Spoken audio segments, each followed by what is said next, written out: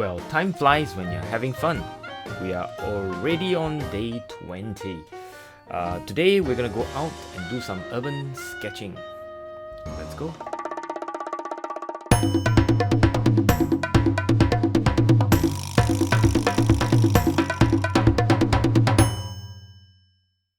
I was gonna meet up with a friend out at the hawker center.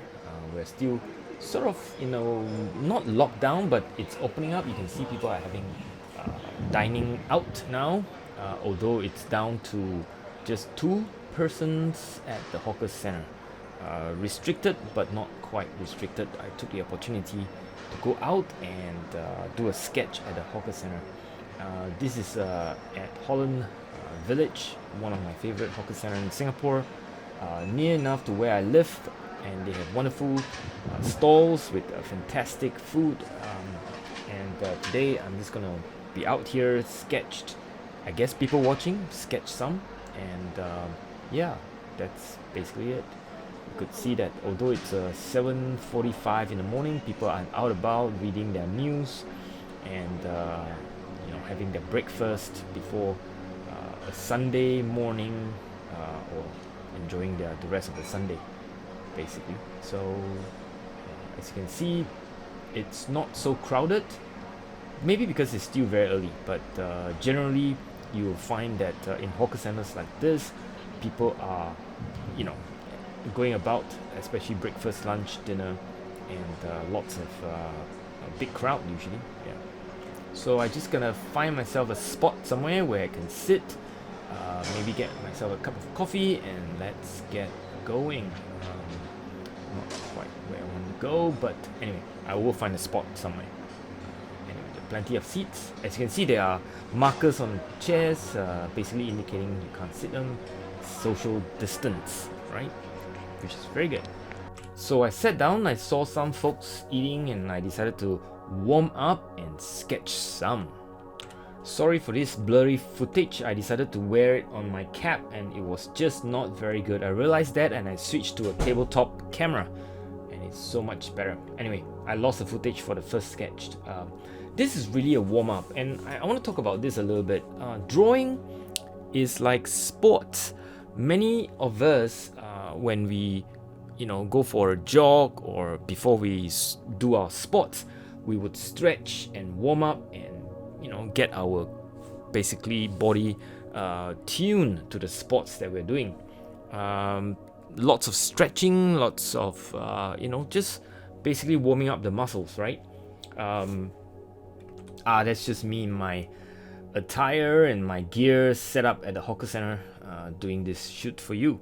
So back to the story of warming up, but not many people would consider doing a sketch warm-up before going into an urban sketching. I highly encourage you to think about this. When you go out to do an urban sketching, just don't dive right in, right? It's like doing sports. Drawing has a lot of similarity with sport. Get your creative juice going, your mental attitude and setup, as well as your hand and your gears and so on, right? Just do a little warm-up. Throw away warm-up if you need to, but do a warm-up. By doing a warm-up, you would have loosened up your muscles, your creative energy, and your general sort of setup, if you like, and you will not struggle with your tools, your muscles, and whatever else that you need to warm up, right? Think about it. Just think about how you would warm up. Either a small sketch, a little doodles, some lines on the side, some scratch paper, whatever it is, right? So this is my warm-up sketch, and I'm ready to go to do this other postcards sketch. This is number 20. I titled this "The Man Reading the Broadsheet." The uncle was sitting right across where I am sketching, and after about 5 minutes, he stood up and went back to his stall and lost it. But anyway, I've taken a photograph, and I was more than halfway through on the lines. Well, at least I've got some of the lines down, and it's still kind of urban sketching. Some I'm kind of putting on memory, but I was referring back to the photograph quite a bit, just so that I know where to place some of the other lines, such as his feet and people who stood around as well. Anyway, and once I finished this sketch, I was gonna go down and put in the background colors, basically some kind of a muddled background, fuzzy, to just soften away, to indicate the differentiation between background and foreground. Or rather, in this case, the persons are in the midground, because in the foreground there's another table and chairs, but in any case, I'm just going to be very easy about it, not going to be too stressed out, putting red as I see the little the man in red shirt standing to the right of the person reading the broadsheet or newspaper. In Singapore we still have newspaper printed. You can still get them. I think, not sure for how long, but lots of people still prefer to hold newspaper in their hands to read it, not just from a tablet. But I guess there's something about reading news, in the morning while having your coffee.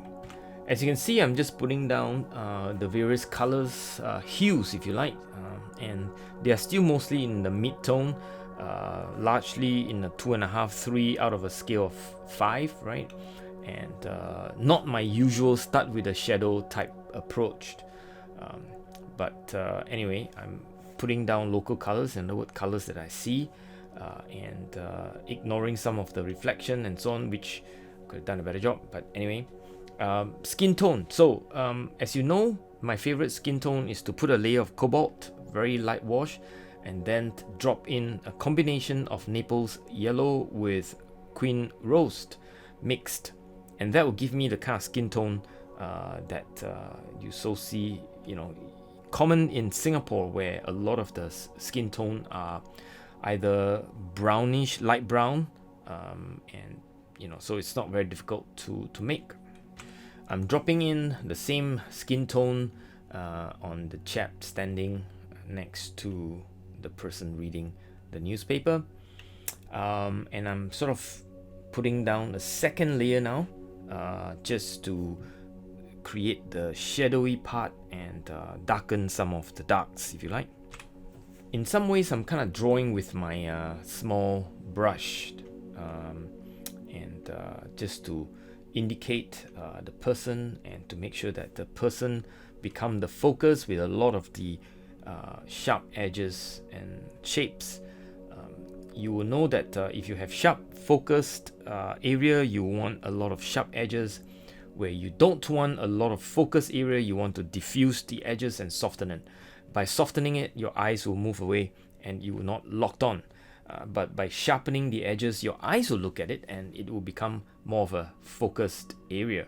So at this point, I'm just laying down as much of the colors as I can see, without doing too much detail to the background, but just focusing on the man reading the newspaper, reading the broadsheet.